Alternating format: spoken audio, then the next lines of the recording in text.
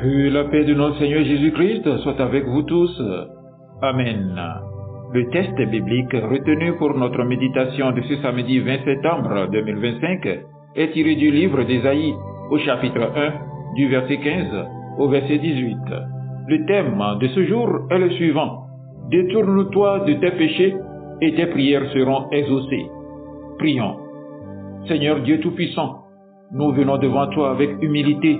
Ouvre nos cœurs et nos oreilles à ta parole. Purifie nos pensées, enlève les distractions et donne-nous un esprit docile pour recevoir ton message et rapproche-nous de toi.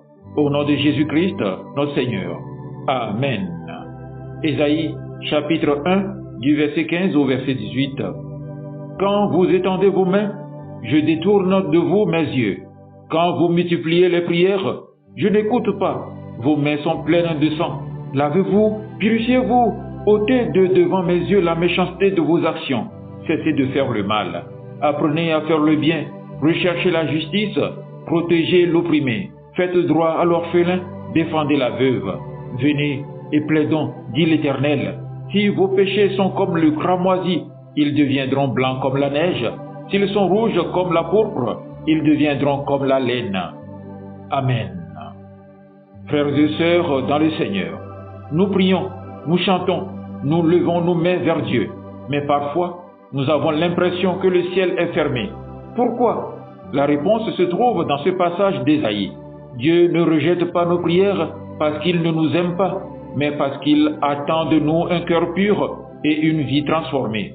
Découvrons ensemble 3 étapes dans ce test, le problème, la solution et la grâce de Dieu. Dans ce test, quel est le problème? Dieu rejette les prières des mains souillées.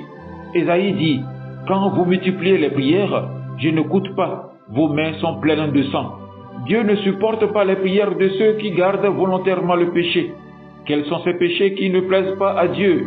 L'idolâtrie, mettre autre chose à la place de Dieu, argent, travail, passion, l'orgueil, se croire supérieur, mépriser les autres, l'injustice et l'oppression, exploiter les faibles, négliger les nécessiteux, le mensonge et la tromperie, manipuler, promettre sans tenir, la haine et le manque de pardon, garder rancune, refuser d'aimer, l'immoralité sexuelle, adultère, fornication, impureté, l'hypocrisie religieuse, prier des lèvres mais avec un cœur éloigné.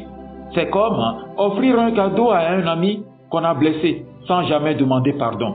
Le cadeau ne suffit pas, il faut d'abord la réconciliation. Mais Dieu ne nous laisse pas dans cet état. Après avoir dénoncé le péché, il nous invite à changer. La solution, c'est la repentance et la vie nouvelle. Lavez-vous, purifiez-vous, ôtez la méchanceté de vos actions. Apprenez à faire le bien. La repentance, ce n'est pas seulement arrêter le mal, mais aussi pratiquer le bien.